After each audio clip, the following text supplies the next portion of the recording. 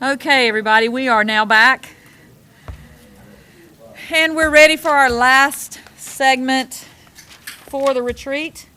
Board discussion and direction for the 2015 budget. Again, as we've said earlier today, and just for reiteration, we were presented A, B, C, and D, which are starting points. And we kind of need to just think about what we need to get staff to keep working on or not worry about. If there's something that, in that regard, questions, concerns, what do we need back before? We'll be next week. We can, if there's something that you really needed, I'm sure we can get some stuff by next Thursday or at least by the work session in February to give them enough time to chase our rabbits, if you will. So I don't know. I just from looking over them today, I'll start for sake of starting.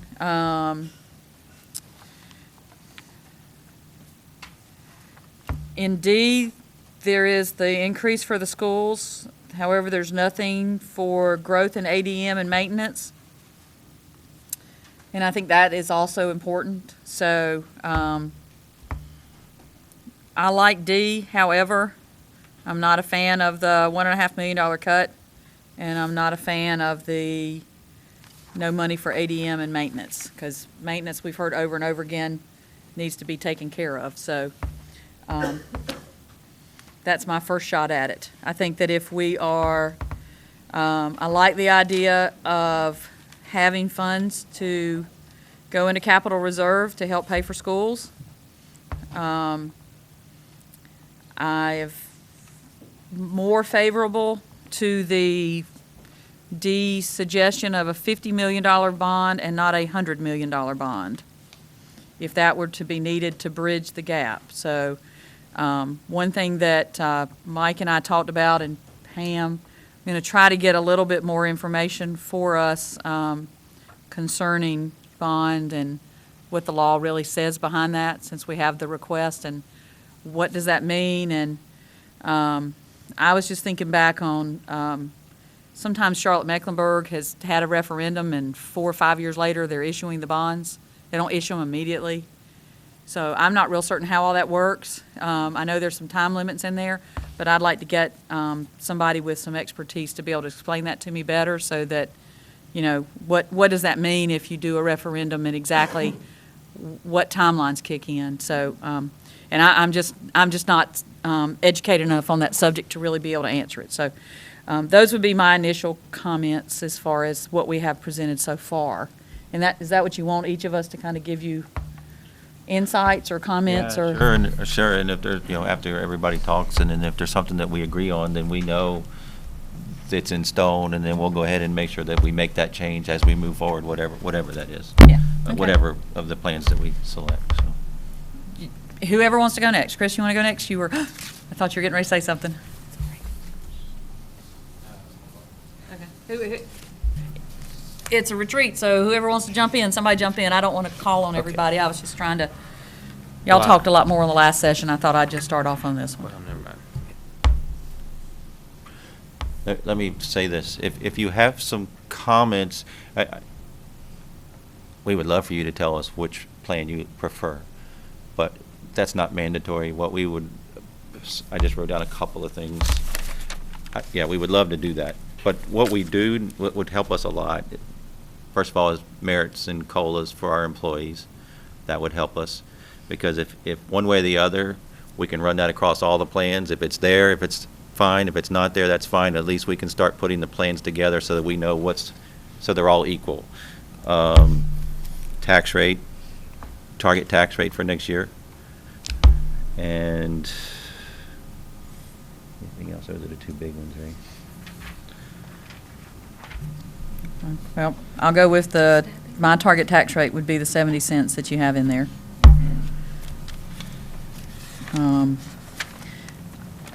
We have a policy on merit raising COLAs. So we would need to change the policy, which we have done in the last couple of years. We've decided not to do that. So we can do that. My concern with D is still the $1.5 million cut, and I don't know where that would come from. So if the 1.3 in COLA and merit raises is the big chunk of the 1.5 that we would have to cut with D, then I guess that's where I would be hung up on saying definitely cut it or definitely keep it, because in D, we have to come up with some cuts, and I don't know right now, just looking at it today, exactly where the recommendation would be for cuts. Sure. You know, Yep. and it's easy to cut. We can say, oh, we're going to cut $200,000 out of our fuel budget, but that may or may not be where Ann tells us that we could cut. So that's why I would just be a little bit more concerned, I guess, on telling you a cut for me, so. I think it's just for information purposes. Can you give us the split between our COLA and merit? Yes, I can. Yeah, 755 for the COLA and 544 for the merits.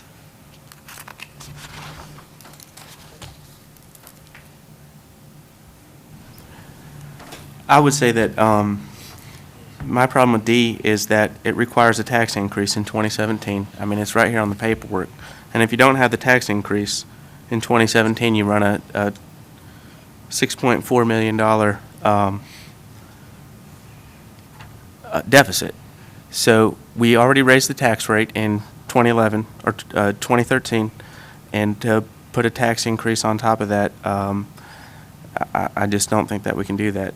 In terms of merits and COLA, for Plan C, I think our county employees received both last year, both merit and COLA. I think we should pause for this year, flatten out our budget, and then go straight merit pay all the way through every other year in my plan.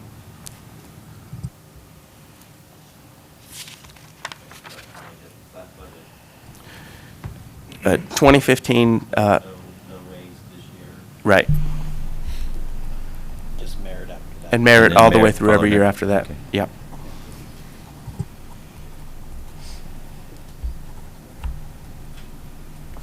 Okay, thanks.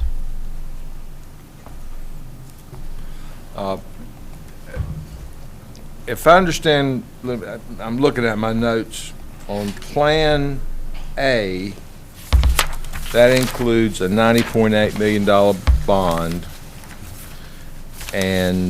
but it does not include school salary increases. That's correct. So That's correct. It does have It doesn't. a 1.65 million in recurring additional maintenance. maintenance expense. And then Plan B takes away the maintenance And adds in the 1.5 COLA for the schools. and adds in the salary increase. Well, the 1.5 million is not enough for maintenance for the school. It's That's an addition additional to. what they already In have. addition to what? They had some, and then you gave them an additional million this year in their recurring budget, and this would give them an additional 1.5 for Cabarrus and an additional 150 for But Kannapolis. what's the total they're getting now? Five. And it's in your budget. That's what Under we're schools. looking for.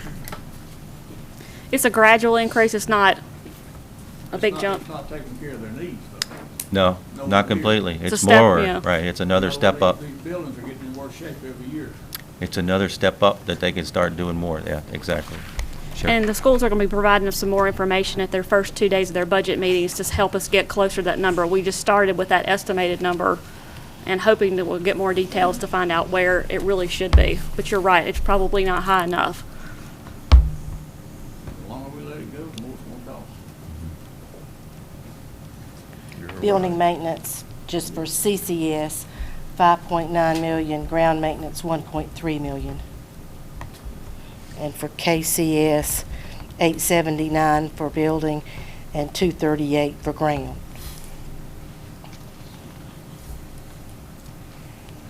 I have an updated proposed project list, and this was just a proposal, but this does show the allocation of cash funds through Plan C, And in year number one is about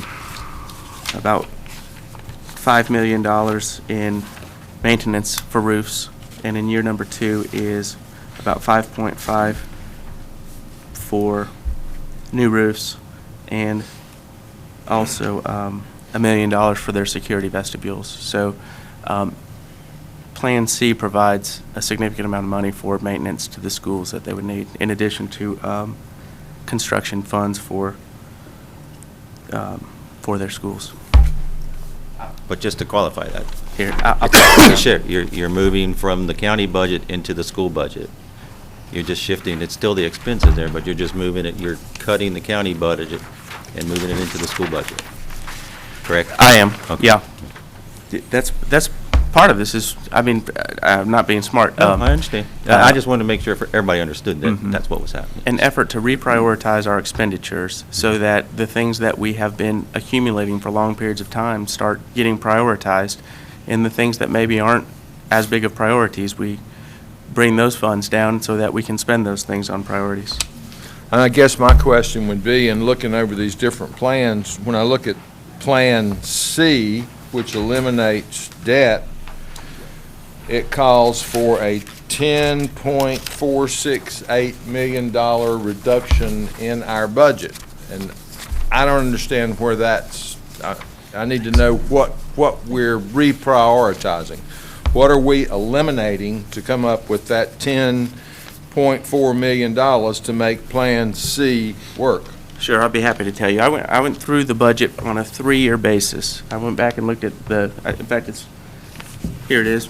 Pam was nice enough to give it to me. It's 139 pages, and it's 3 years worth of data. So I went back through, and I averaged the 3 years' expenses compared to what our current budget is right now, and found about $4.15 million that our budget right now is significantly over that 3-year average. So I think that's where we target first.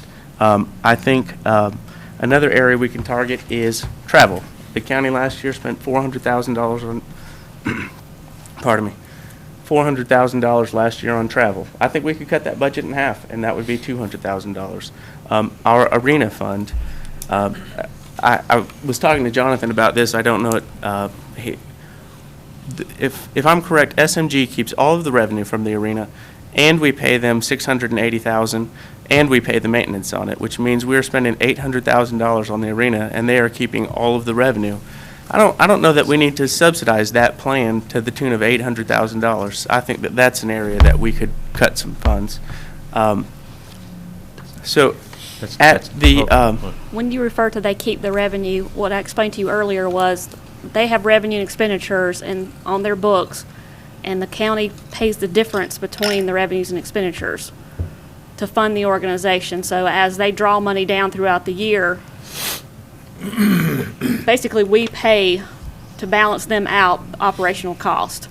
Right. So the county pays less because of whatever revenues they generate. Correct. So We it's- subsidize their management of the arena to the tune of $680,000 plus, total between, it's $650,000 about, plus about $150,000 in maintenance, right? Correct. So, and we don't get any revenue from that. They keep all the revenue from all the stuff that happens at the arena? Yeah, I mean, S&G doesn't take the revenue to corporate. It's all in the operations of the arena. Right. So It's at in the their end of the employees. year, if they have $5 million in revenues and they have $3 million or $7 million in expenses, then it's a $2 million net. That's what. So Net the loss. the subsidy, right? The subsidy is what revenues over expenses. So Or expenses over the revenues. point of this Expensive, is, yeah. all of the money that comes into the arena, other than the fair, goes to SMG to manage it. In addition to, That's not aligned as a management fee, but to operate the facility. right. Okay, just to Okay. make sure. So it all goes to SMG, and then in addition to that, we pay them $650,000, and plus we pay the facilities. So the arena as a costs us $800,000 a year. True, it costs us about that number, but we don't give them that money. We give them money to pay the bills, Right. Yeah. not just the extra money to be given it to them. There's a management fee that SMG gets, and then they get an incentive at the end of the year if they meet certain benchmarks. That's it. They don't keep the revenues from the operations. But they must be making a little bit of profit, otherwise they wouldn't be doing it. They get a management fee. Right. And then they get incentivized on their food and beverage and on their gross revenues. Sure. I don't think we need to subsidize the arena to the tune of $800,000 a year. Commissioner Morris had asked me where I think that we might be able to find some reductions, and that's an area I think we might be able to find some reductions. How do you propose we operate? What do you propose we do? Well, perhaps we find a different manager that doesn't require that level of subsidy in order to manage the arena. So you think we could hire somebody, and explain, make sure I understand correctly. What we subsidize at the arena are the actual costs for the power and the lights and the water and the various forms of maintenance and so forth. So the only way that we could do better than that would find somebody that could program events out there that would bring in probably close to $1 million more than what they are currently doing, so that there would be enough to cover all the expenses of the arena and some left over. They're not going to do it for their health. They're going to be compensated for doing it. That's not what I said. I'm not saying that it has to net zero. I'm saying we could subsidize the arena less. And I appreciate the fact that you've asked me specifically what cuts that I have. I've offered those to you. And I ask you, what is your plan? You continue to vote for things, and you haven't ever put forth a plan as to how to pay for those things. You have not answered my question I yet. have. You said that there were $4 million. You've gone back through and averaged budgets. I want to know what it is. If we're going to cut $4 million out of the budget, Sure. that's coming from somewhere specific. Yes. I want to know where that's coming from. Is that coming from our healthcare costs for employees? Is that coming from our library operations? Where is it coming from? No, it's not. I have talked about a plan for an additional $1 million with respect to our health care, but that is all throughout the budget, just things that we have over budgeted. Things such as? Well, I sent Pam the list earlier this week, and I showed it to her. There's probably 800 things. Mike's got the list. If you probably wouldn't recognize anything because it's all account numbers, and you'd have to be familiar with the account numbers to recognize what the things are. But you're welcome to a copy of the list. I'll send it to you. But it's things such as automobile maintenance. If you look back for 3 years, we have over budgeted auto maintenance. Fuel, for instance, not the fuel contingency they talked about. Ann had mentioned earlier that we have over budgeted fuel. Small office equipment is one of the things that I noticed on there that we had over budgeted. It's all these little things. And the thing about it, Commissioner Morris, is as a commissioner, a lot of times people look at these big $1 million, $2 million, $5 million expenditure cuts and say, well, we can't find $5 million anywhere. So that's why you have to sit down and look at every line item. And if you can save yourself $1,500, well, then that's what we should do. And that's what I did. I went through and I just collected up the $1,500, the $20,000, the $10,000. And if you put them all together and you work hard at it, you'll find $4.15 million, and she's got the list. Okay, so use the fuel budget. Mhm. You said we had over budgeted for fuel, so you found money there. Yes. All right, before you found that money there, where did that money go? I mean, we had budgeted, let's just pull figures out of the air. We had budgeted $1,000 for fuel this year. Right. We only spent $500 for fuel. Yes. So we had $500 left over. Right. What happened to that $500? It goes into the surplus. Exactly. Right.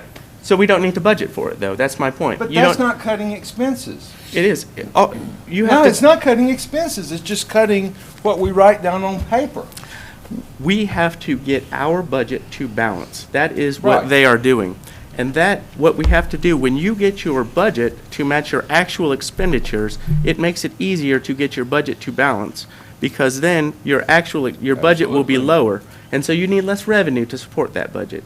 And so you don't actually have to cut things. If you can go back through and get your budget to actually match your actual expenditures, you don't have to cut a thing, but you can get your budget balanced. And that's what I've done. That's what hard work required. You had to go back through and you had to do it. So where you've given me, I think you've given me $5 million. Okay. Where's the other $5 million coming from? We're going to work on the $5 million. I mean, we have staff here for a reason, and staff told me to stop working on this, that I was taking too much time of our employees' time. So they said, Jason, please stop doing this. And so I stopped, and I brought it to you. Now, I've answered your question. Now, what is your plan to pay for the $280 million that this school board has said that we need to fund for them? What is your plan for that? Because this is 60 that we're talking about. Right. What is your plan for the rest? Now, where are you coming up with the $280 million figure? From their sheet, they gave us the sheet that said they have $280 million in needs, and their resolution, pardon me, their resolution that they sent to us said they have $250 million in needs, so we can use 250 if you prefer. I think it is quite obvious that we're not going to be able to fund all of those needs immediately, either from our existing plan or your plan. I've totaled up your plan, but I think it takes quite a few years to reach that number. My plan is to proceed very much as we have for the past few years, to make sure that we budget conservatively so that at the end of the year, if we have any discrepancy on our budget, it is a surplus and not a deficit. I am not interested in getting into a situation where we come up short at the end of the year and jeopardize the bond rating that Ann explained to us earlier today. You know, we have been down that road before. We have placed ourselves in a precarious position financially, and I do not want to be back in that place again. At the same time, I also need to sit down and look at your plan as to how it lines up. I hear conflicting reports. You're talking about overcapacity on schools, but we've got somebody else coming in talking to us, projecting the potential additional capacity that we need to be prepared for in the upcoming years. So we have a lot of conflicting information that's coming my direction that I have to evaluate what I think is valid. When we have the kind of, I think that a lot of the exchange that we had with the school board today was very non-productive. I think it was a situation where we're saying, you're bad. You've done a bad job. You've made unwise choices, and we're going to set you straight. That's what I heard you saying to the school board. I think then that makes it more difficult for us to put our heads together and say, okay, we got a problem here. If you've got $250 or $280 million worth of needs, and we have these resources to draw from, we got to figure out how to make this work. It's both of our responsibilities, and I don't think this is the right approach to do it. So you will not hear a plan from me such as a drastic plan that you have proposed. You know, I'm all for it. I am all for paying cash as you go. I am all for eliminating debt and not incurring any additional debt, but we got to figure out how to do it. And when I see, you know, you know, if you have identified $4 million, then that we can reduce our budget by that much money, but at the end of the year, the bottom line figure is going to be exactly the same, unless there's something that I'm missing. The only difference is when we make the cuts that you have identified, at the end of the year, our budget will balance to zero if we hit every target just right. Have we had surpluses the last few years? Yes, we have. And that's the reason why, because we've And over-budgeted. what are we talking about doing with those surpluses? Okay, but you're combining apples and oranges. The I don't reason think that so. we've had surpluses is because our budget has not matched our actual revenue. Right, yeah, I Okay. agree with you on that one. So, and our expenditures maybe have not matched our actual revenue. So we could actually bring our revenues down by 13 million and not run a deficit, right? Yes, Well, you're so right. that's what I'm talking about. But then at the end of the year, do you don't, but did that you're- create any surplus No. to fund construction of schools? But what you're talking about doing is keeping the surplus and going out and borrowing money, which means we are going to have a net loss in that situation because the money that we could have used to build the schools, we borrowed. which means now we have to pay debt service on that money, which means now we have a loss. So you said my plan is to do what we've done for the last 5 years. Well, the last 5 years, we haven't built a single school, so that plan's not going to work. All of these plans here require a tax increase for 2017 to simply balance the budget. And we still, at that point, so we've had more debt, we've got a tax increase, and we still haven't done anything about the $190 million more that's in the pike with respect to the rest of the school board needs. So my plan, yes, it does require us to prioritize spending, but it creates $200 million over 10 years to fund needs out of cash.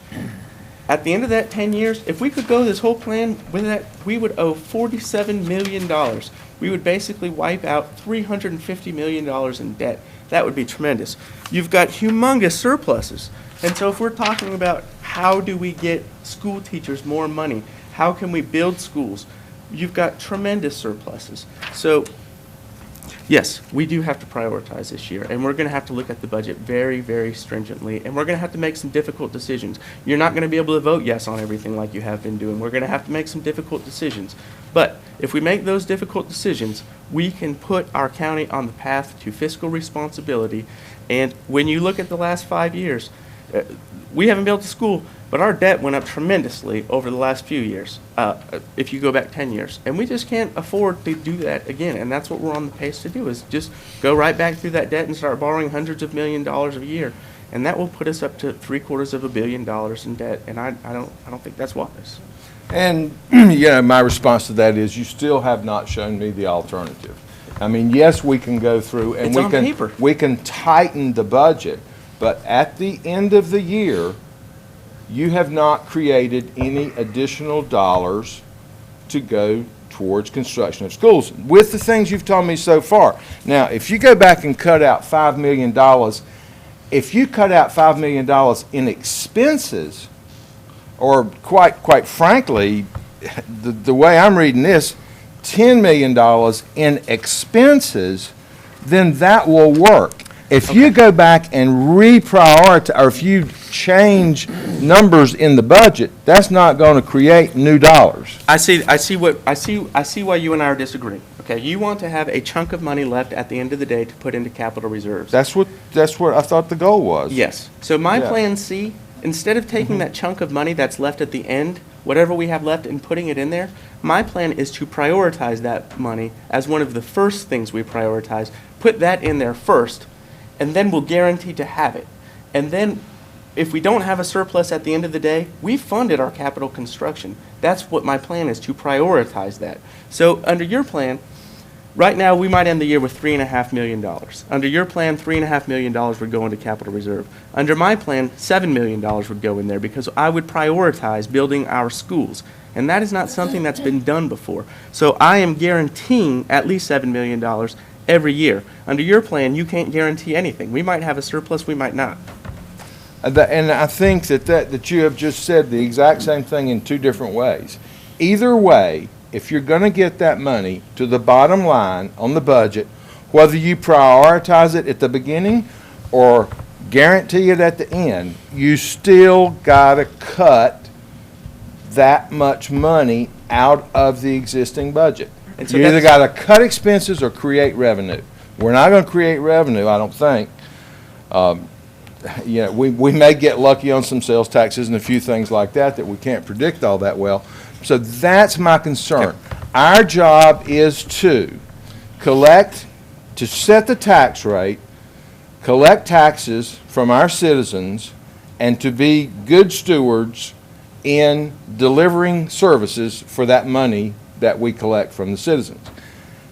That's what we're here to do. The list of things that we deliver to our citizens is quite long. Schools is that's a big one of those. There are some people that aren't particularly affected or interested in schools. Libraries may be their things. There are some others who would say parks is top of their list. We heard last night about our growing senior population.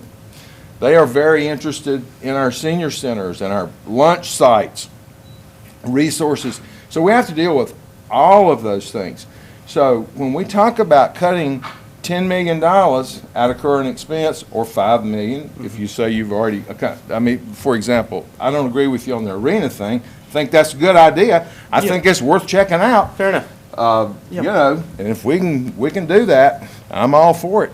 The thing for us. But I want to know how our citizens are going to be affected by the $5 million that gets cut out of the budget. And that's why we have the next 3 months. Staff can work on that. Right. And I'll say this, what we have not done as a county is we have not been able to make difficult decisions.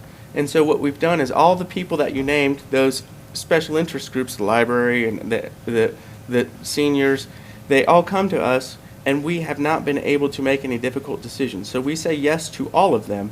And as we say yes to all of them, it leaves us no money to build schools. And so then what we have to do is go borrow all of the money to build schools. And that is what I'm saying we should not do anymore. We have to make difficult decisions. We were elected to make difficult decisions, and we've got to prioritize. And then we've got to fund things that we know are obligations, because that, all along, I've said, this is called the live within your means plan. You've got a certain amount of money, and you've got to establish priorities. You can't just vote yes on everything anymore and then go borrow the difference. That is not going to work. We're $500 million in debt. We just can't do that. I think you exaggerate a great deal on some of the things that you say. You know, when I got ready to buy my home, I really wanted to pay cash for it, but I just couldn't pull it off. So I had to create a plan so that over a long period of time I could handle that. I think that's pretty common for most people. You know, I have been through this budget process one time. You have been through this budget process 0 times. The other 3 commissioners have been through the budget process multiple times. If there is $10 million in that budget that could be easily identified and eliminated without having a serious impact on the services we provide to our citizens, then we obviously have not been paying attention. Well, I think that may be the case. And really, with respect, we talked about this in the turf argument, the debate that we had. There are several expenditures that we've had as a county that we have not taken a very prudent approach to. And so, yes, that is my point. And I don't believe that Larry and Chris have ever been in the majority to be able to talk about different things.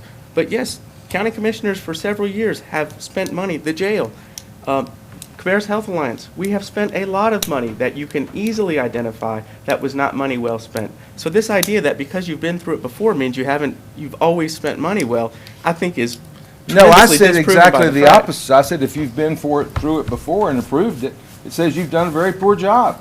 If there's just $10 million there that you could eliminate from expense. Well, you know, hindsight's 20/20. And I'd have a thing to do with the jailhouse. It started out $60 million, wound up, what, $122 million, right? Something like that. All because of a lawsuit, basically. No, A lot of it was. it was, the $54 million that everybody uses was an estimate before the building was even programmed or Right. designed or anything. It was never a real number. Yeah. So that's been a lot of the confusing argument over the year. They went from 54 to 118. So, yeah, But the lawsuit did increase the cost of it. it did increase the cost, but that wasn't anything to do with the county. Yeah. That wasn't ours. The was decision the was city. made by the board to keep it downtown so that there would still be, would help keep downtown thriving, so it'll keep employees downtown to work there. So, was that a perfect site to build on? No, it wasn't. Probably not. But it was our site downtown. Yeah. And so, yeah, the lawsuits added some of the extra, the brick facade added cost to it because of the location that we built it. There was many things. But it's not just a jail, remember that, please.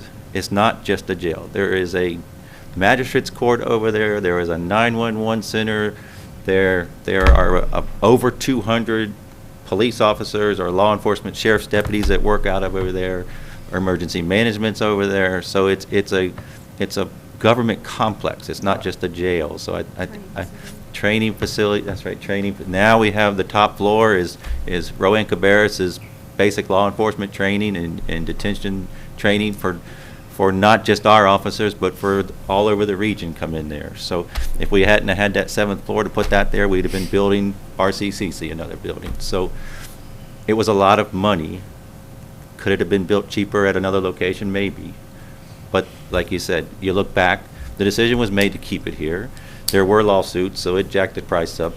That's okay. I think we need to move forward on that. It is what it is, but it's a very good building. It's going to last us a long time. And I get a little frustrated when we keep saying that that's an extravagant building, and that if you walk through it, it's not an extravagant building. It is high tech. It was built for the safety of our officers. It was built for the safety of our inmates. If you'd ever walked across the street and walked through there, it was scary just walking through the building. So I think it has a lot of good things, and it's going to last us a long time. So, yeah, it was very expensive. But we're going to have to build a courthouse in a couple of years, too, and that's going to be very expensive. But what we're doing right now, hopefully, is going to give us another 10 or 15 years before we have to. So I kind of take exception, and I'm not sure if you mean it that way, Jason, but there's been some decisions made. There's been a lot of stuff spent over the years, but we try to be frugal with what we're doing.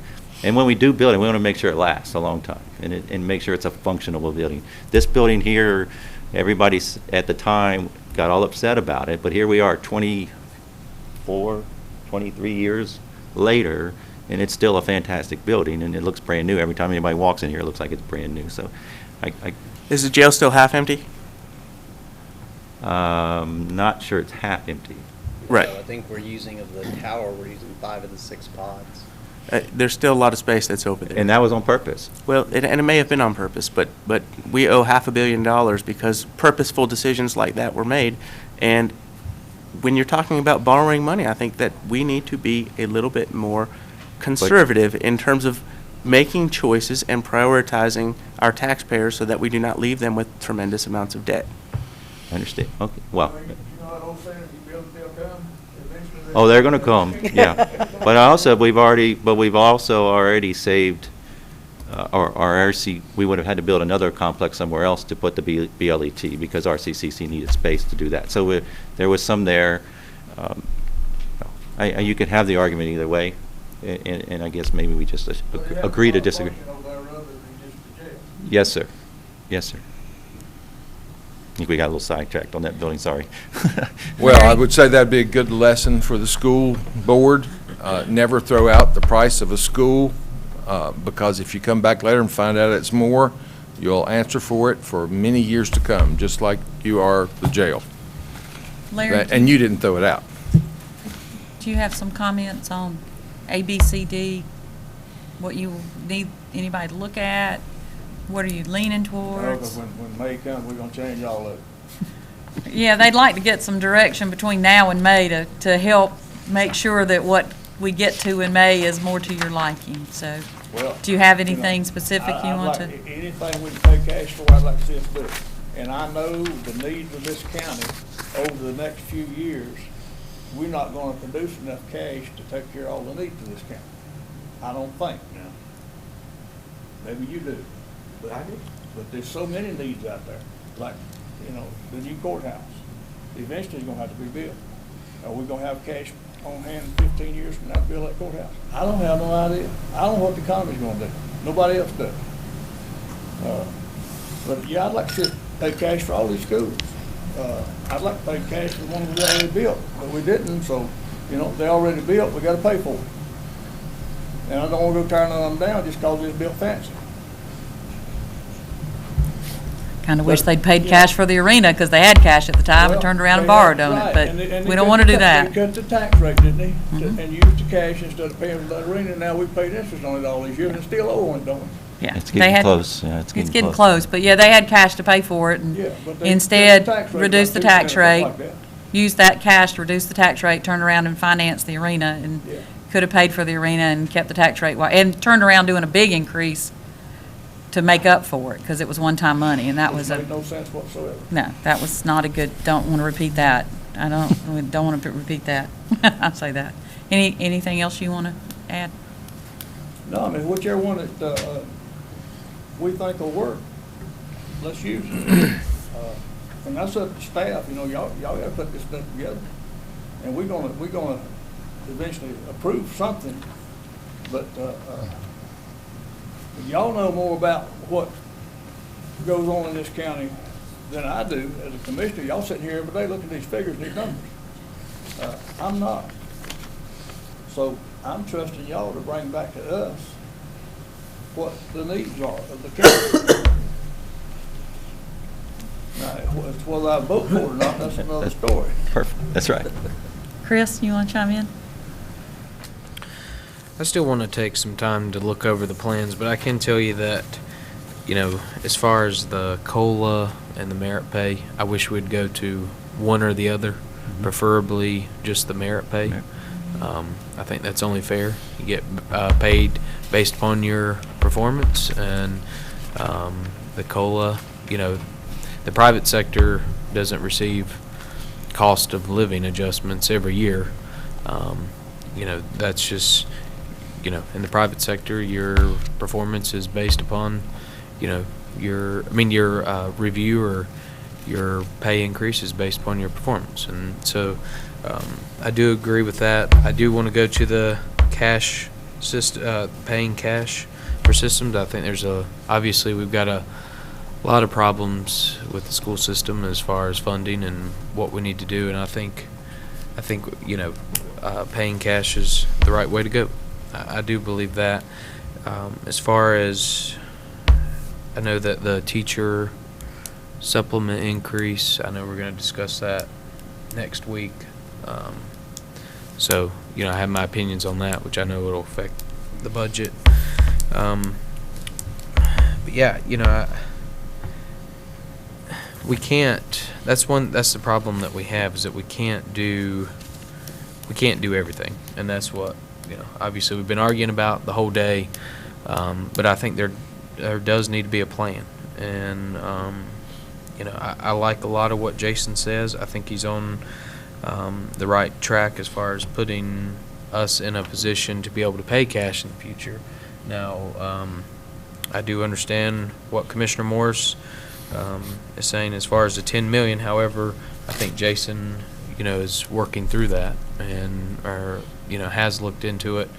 And, I want to see where that goes. But I do want to take, more time to look over this and, make a decision. So I think you've gotten 5 different opinions. So Yeah.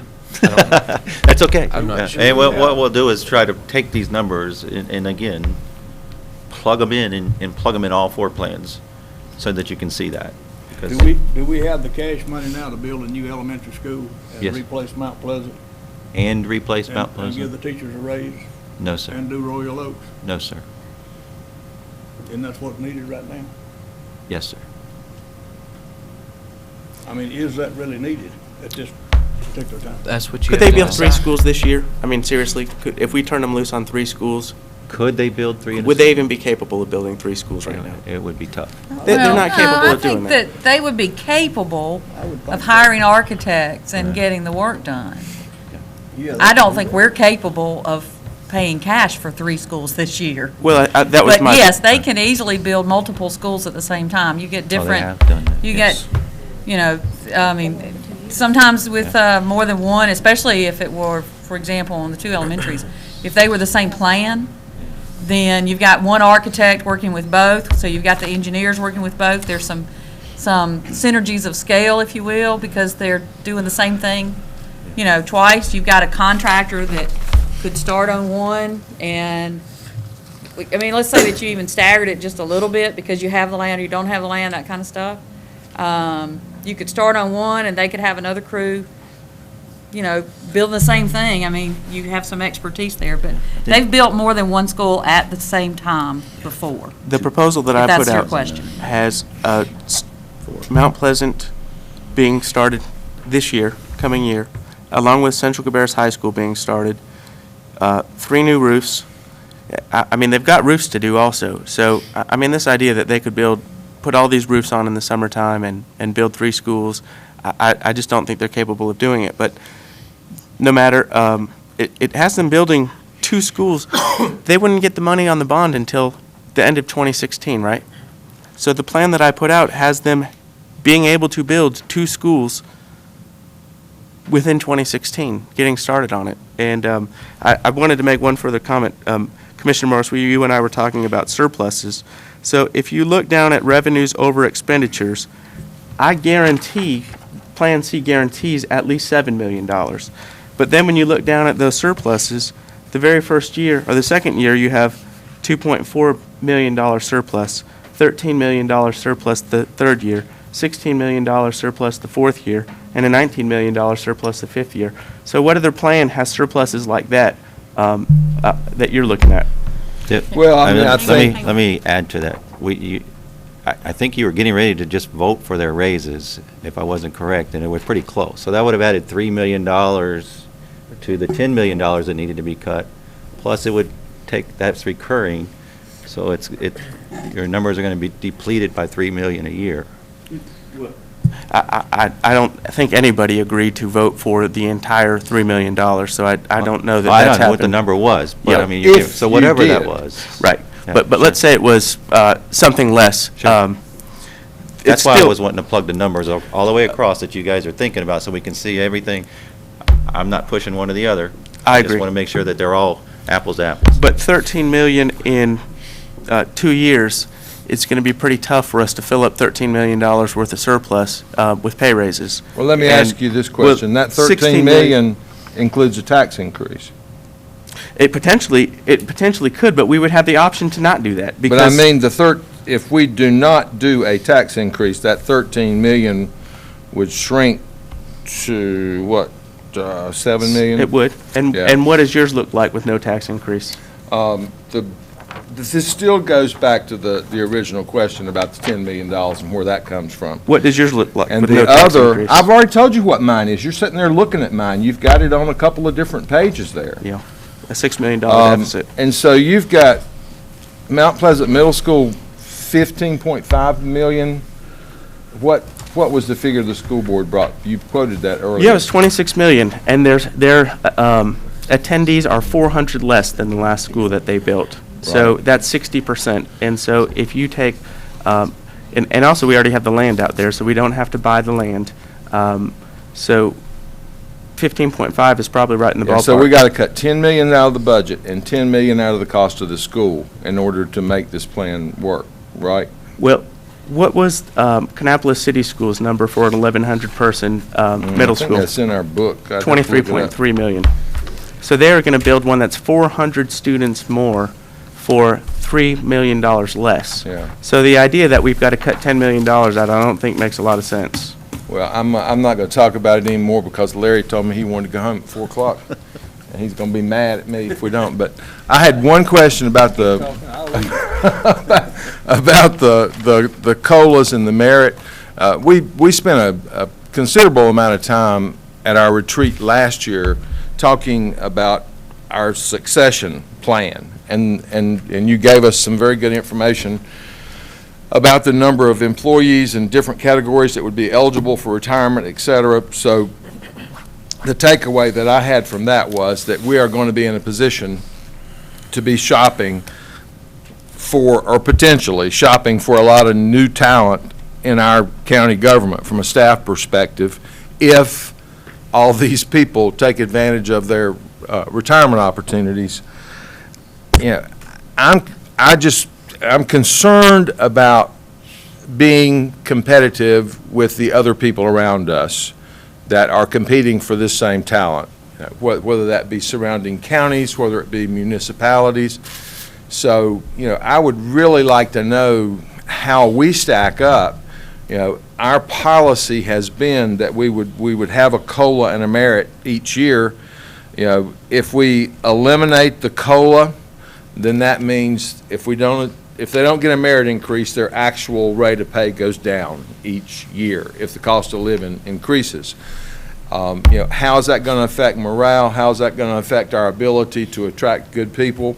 How's that going to affect the merit pay? Are we going to have situations where maybe somebody that would not have gotten a merit increase might be right on the border?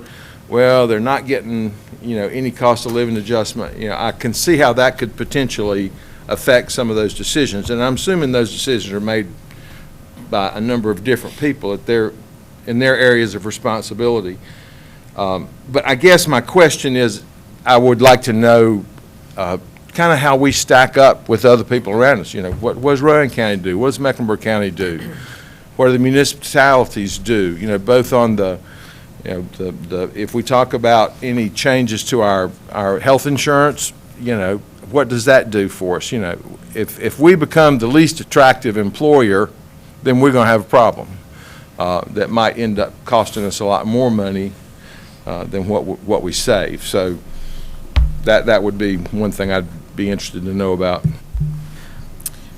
I'll add on to that one more thing. In addition to that information, I would like to see, for instance, whatever. I guess I'm not sure if it's the category of employees or how you work, or I'm not sure how you do this, but as far as like the benefits that come along with what position, I'm not sure if there's different benefits with different category of employees or different departments.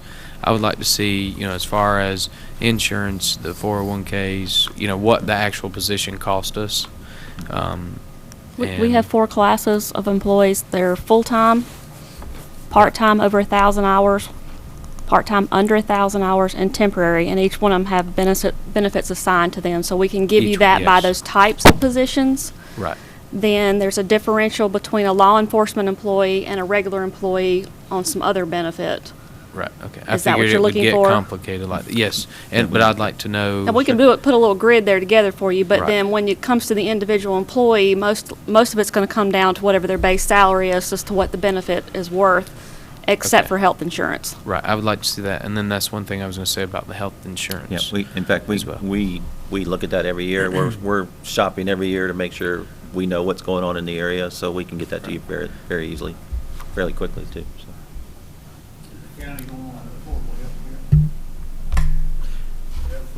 We have to go, and that's some of the increase you see in there. We're on our own plan. We're not We're not part of their plan. But we do have to follow some of their regulations, so. Okay, because of the essence of time, there are 2 things that our attorney has mentioned to me. It should not take us long to do, but if you will remember, in June of last year, we held a public hearing for Carolina International School. They were doing financing for their building, and we were required to have a public hearing. So because we have a 14-day notice that we have to give for a public hearing, I would like to ask that we have a motion to call for a public hearing on February the 17th, 2014, at 6:30 or such time as it is in the agenda, for the purpose of ACE Academy, which is a North Carolina-approved charter school, for the purpose for them to be able to issue tax-exempt bonds, and per Section 147F of the IRS Code is the reason that we need to hold the public hearing. The county does not provide any funding to pay for those facilities. We are required, at their request, to hold the public hearing. So, yes? We need to officially amend the agenda. Yeah, I was trying to. And then vote on it. Yeah. Okay, sorry. That's okay. I was just trying to explain to you what the point of it is. So what we would need to do is amend our agenda to call for the public hearing for that purpose. A motion and a second. All those in favor of amending the agenda say aye. Aye. And now we need to have a motion to call for the public hearing. A motion, do I have a second? Second. All those in favor say aye. Aye. Okay. The other thing that we need is a very, very brief closed session. So pursuant to North Carolina General Statute, I'd like to amend the agenda for us to have a closed session. Second, all in favor say aye for amending. And now I'd accept a motion for the board to convene into closed session pursuant to General Statute 143, 318, 11A3. Motion and second. All those in favor say aye. Aye. At the end of the closed session, we're going to just stay in here. We don't need to get up if y'all are okay with that. At the end of the closed session, for your information, we will be recessing this meeting. Can we clean up? We won't be 5 minutes. We'll be 5 minutes, if you can, seriously. We will be recessing this meeting, so when we come out of closed session, we will be making a motion to recess this meeting to next Thursday, January the 30th, 4 p.m. in this room, in a joint meeting with Cabarrus County Board of Education, okay? Just to let you know, okay? So the board is now in closed session. If y'all can just hang right outside the door for just a second.